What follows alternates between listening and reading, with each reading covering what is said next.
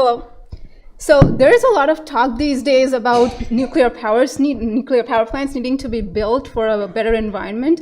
But why build one when you can rent one? And how do you rent one? Well, our company Transient, that consists of me, Priya, River, Richard, and James, plans to make energy transportable and deliver it to people and places that need it the most. For example, a disaster zone or a village that requires electricity, or research zones like undersea mining or exploration or Arctic missions. However, renewables are not a very dependable source of energy for these sectors, and diesel not only generates a lot of carbon, but it also uses a lot of land area in order to generate a large amount of electricity.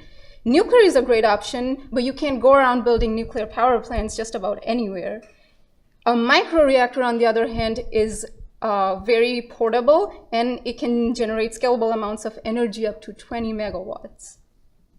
Transient aims to lease one of these reactors from the companies that manufacture them, load them onto a truck, and then wheel the truck around places that require it.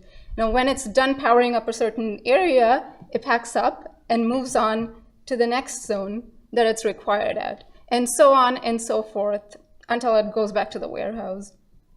Now, Transient has a few departments that make this venture possible. For example, the transportation department provides microreactor companies with a slew of markets, as described before, and it also provides data and logistics and the actual mode of transportation for the microreactors.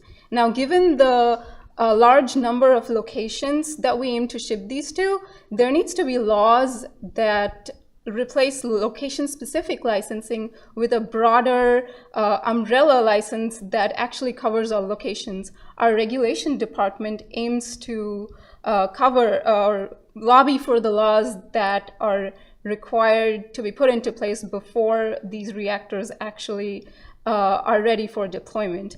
And our marketing department aims to go for PR and handling. That will be elaborated more by River. Thank you, Priya.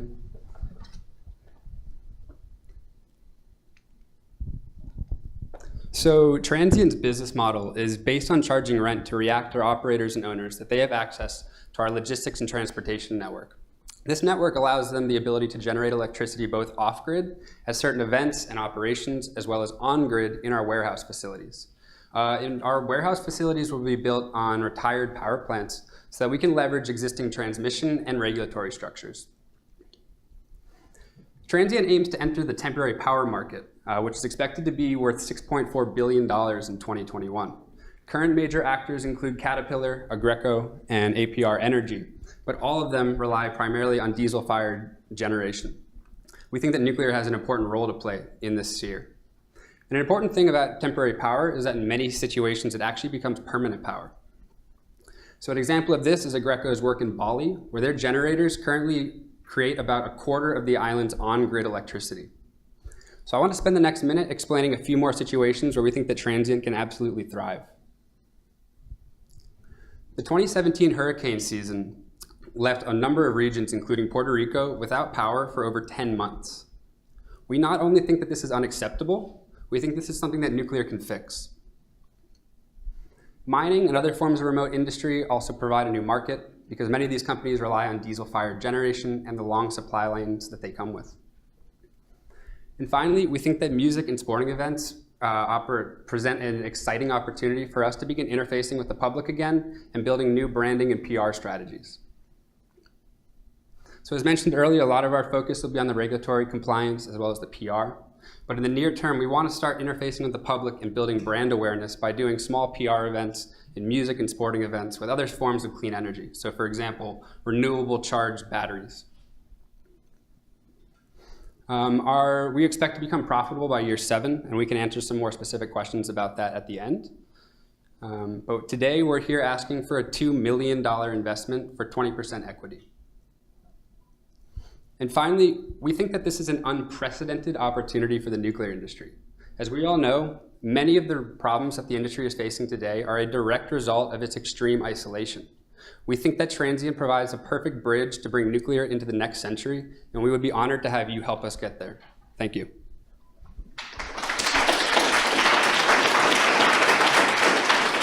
So my colleagues James and Richard can help answer some questions now. Thank you. So I think we have 4 minutes to answer questions. What kinds of questions do you guys have? So 2 questions. First one's a quick one. So it sounds like you guys are not just considering the US, you're looking at remote applications as well, outside, internationally? Yeah, potentially long term. Sorry, go ahead with your second question. Okay. I asked because that would kind of increase the order of magnitude of complexity of this, Yeah, sure. if you do consider international markets, but that's more of a comment. My second question is, what do you consider like the control volume of your product? And what I mean by that is, are you selling electrons? So you guys do all the services and regulatory stuff and policy work and blah, blah, blah. Or are you more selling like the rent of machinery that you plop there and then they figure out the rest of it? So with regards to the second question, I think we consider ourselves a services company. So we provide logistics for transport, and among other things, we provide sites for these microreactors to be able to sell energy to the grid. And then we basically skim a small percentage off that. And with regards to the first question, there are some situations, for example, if we went to work with, like if we wanted to do a project in Canada, that would significantly increase the regulatory complexity of this project. But certain rural projects are, I guess, if done within the US jurisdiction, for example, maybe a FEMA project or other aid agencies within the US, those actually can be even easier than working with the NRC because FEMA has jurisdiction over the NRC. So there are situations where it's actually not extraordinarily complicated to do international work. Any other questions? So it seems like there might be a little chicken and egg problem with companies that already have microreactors, let alone ones you can move around after you start generating power. Sure. But have you considered talking to like the U.S. Navy that could dock in emergency response? Or Yeah, I think Richard can talk to that one. So we have found research from Department of Defense, and then there are security companies, they transport the materials and fuels between countries. So there are services out there, and there are also diesel generators, and they transport energies around the world. So for us, it is currently we're aiming for a military operation. We will have securities and all of the regulation solved, and then potentially we are currently our model is we can transport on the ground, but also on the ship is another option. Oh, I meant use the naval reactors, like on the ships. Oh.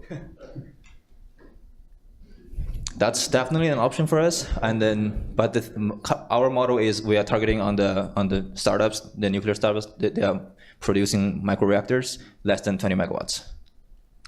So I think I'm building on Will's question, but when are these products coming to market? Do you actually have any reactors that are rentable and movable at the moment? That's a great question. According to some researches, there is one company, the microreactor will be ready by 2020. And then there's potentially, I know for sure, there's three companies are designing very small microreactors. Do you know how much you would have to charge customers per kilowatt hour for the whole thing to work out? We are planning to charge customers for 35 cents per kilowatt hour. That's for Thanks. So basically, we charge more for a temporary event. So if you dispatch a reactor to an event, you can charge more because electricity prices tend to be higher. But on the grid, we're targeting locations with higher prices, and we'll sell at 20 cents per kilowatt hour. And last, and real quick, so you're going to lease the reactor? So who owns the reactor? So our business model is, we developed this after talking to a CEO from a small modular reactor company.